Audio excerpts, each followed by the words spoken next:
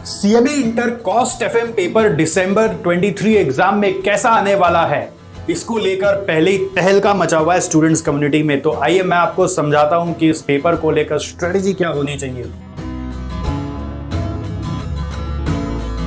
Last दो term से यानी कि दिसंबर 22 में और जुलाई 23 में इंस्टीट्यूट ने ओहो क्या पेपर सेट किया है कॉस्ट और एफएफ वाला जो ग्रुप 2 में है।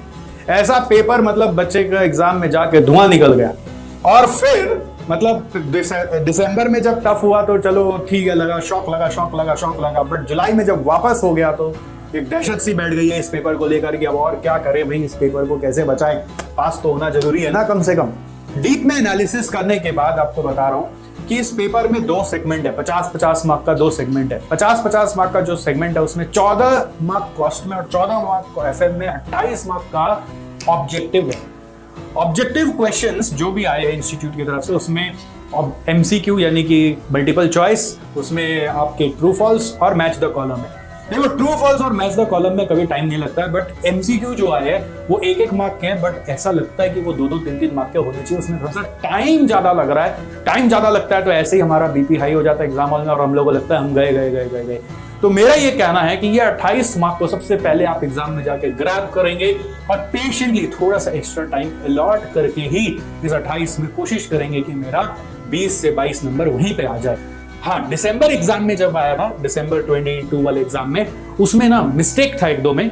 मिस्टेक आना और टफ आना डिफरेंट है, ठीक है। तो मिस्टेक जब हो रहा हो ना तो आप क्या करोगे, अपना सॉल्यूशन का वर्किंग्स पूरा दिखा दोगे और जो भी करेक्ट आंसर है वो लिख दोगे। आप बोलोगे answer is not, correct answer is not given in any of the option. जबरदस्ती का कोई गलत ऑप्शन को टिक मत करना अगर कोई में मिस्टेक दिखे तो अगर आप स्ट्रेटजी बना लोगे कि 28 मार्क को मेरे को पहले कैप्चर कर लेना है, 28 मार्क को कैप्चर पहले करना है, मतलब दोनों सेगमेंट का पहले 28 मार्क करना है, उसके लिए मेरे को अगर आप हिसाब भी लगाओगे 180 मिनट्स आपको एग्जाम में मिलता है, उसमें 100 मार्क का करना होता है, तो एक मार्क के लिए 1.8 मिनट है।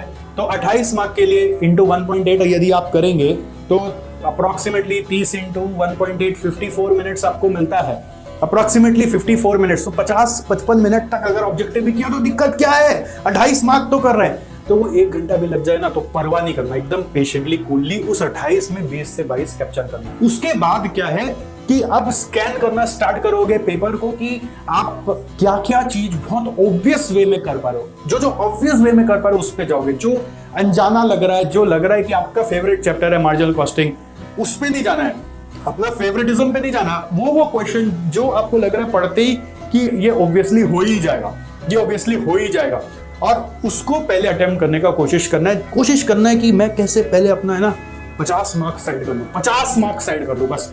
जैसे आपको ऑब्जेक्टिव के माध्यम से 28 में 20-22 आ गया, आपको अंदाज लग गया होगा कि मेरा 20-22 तो मोटा मोटी सही है, तो अपना 30 मार्क को पहले कैप्चर करो। 30 मार्क को कैप्चर करने के लिए जगह से सेक्शन 1 से या सेक्शन 2 से ठीक से हेडिंग वेडिंग देकर, सेक्शन 1 का कर रहे हो तो सेक्शन 1 का, 2 का कर रहे हो 2 का, पहले वही क्वेश्चन करेंगे जो आपको आता है। और जो मेरा डीप एनालिसिस बोल रहा है कि इंस्टीट्यूट ने डेफिनेटली पेपर टफ पूछा in the sense of MCQ being very lengthy, and secondly in the sense of some of the questions being unpredictable। थोड़ा सा उसमें डीप नॉलेज का दरकार था।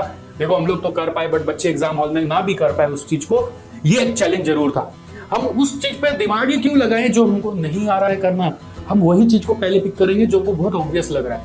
तो ये जजमेंट लेने के लिए तो टाइम चाहिए ना, तो इसके लिए क्या करना है, एग्जाम का जो पहला 15-20 मिनट है ना, उस जिसमें 15 मिनट पहले ही पेपर आपको मिल जाता है, उस 15 मिनट में कूलली कामली ऑब्जेक्टिव को छोड़ के बाकी सारा क्वेश्चन पे ना नजर डाल के देख लेना कौन सा आपको बहुत ऑब्वियसली आ रहा है, उसको मार्क कर देना। ए, कौन सा आपको लग रहा है कि करेंगे तभी होगा, उसको मार्क कर देना। बी, कौन सा आपको लग रहा है कि ये तो पता नहीं कहां से आ गया, भले मेरा पसंदीदा चैप्टर से आया बट मेरे को तो रिलेट ही नहीं हो रहा है क्या पूछा है, उसको मार्क करना। सी, ये ABC तभी कंफर्म होता है जब आप रिक्वायर्ड वाला जो पोर्शन है ना उसको 2-3 बार और पढ़ते हो और उसके हिसाब से कंटेंट को चेक करते हो कि ठीक से इसमें दिया हुआ क्या है।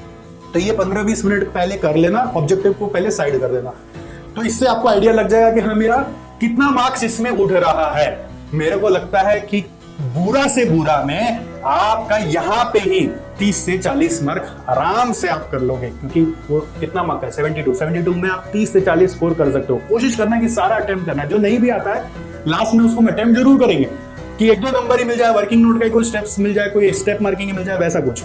बट आप मेरे को विश्वास करके अगर चलेंगे तो इसमें 30 मार्क्स करीब आप आराम से उठा लेंगे, और ऑब्जेक्टिव में 22 तो 52 तो ऐसे ही आ गया।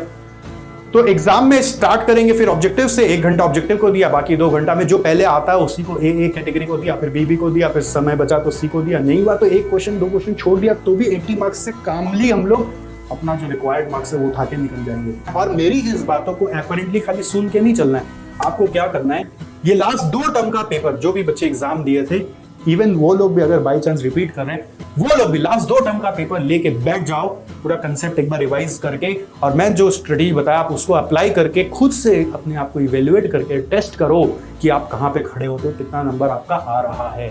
ठीक है, बिना किसी हेल्प के अपने से पूरा पेपर सॉल्व करके देखो कितना आ रहा है, 3 घंटे में कितना कर पा रहे हो दोनों पेपर में।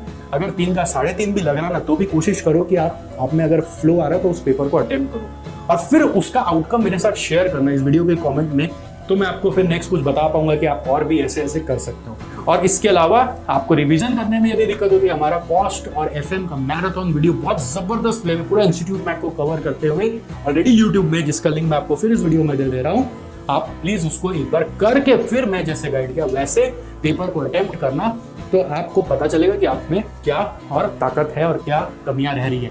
और एक एमसीक्यू के लिए भी पढ़ाई की जरूरत पड़ती है। आप एमसीक्यू को इजीली मत, बस ऐसा मत लीजिए कि बस चल जाता है एग्जाम में ही देख लेंगे।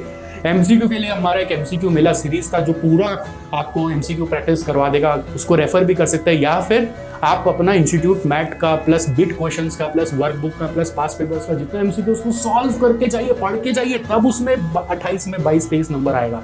ऐसे नहीं हो सकता कि बस एग्जाम में जाके बैठेंगे एमसीक्यू अपने आप कर लेंगे। एमसीक्यू की भी तैयारी लगती है, उसके लिए भी डेडिकेटेड टाइम लगता है, तो वो दीजिएगा जरूर। इससे क्या हेल्प मिलता है मुझे बताइएगा जरूर, and I will wait for your comments.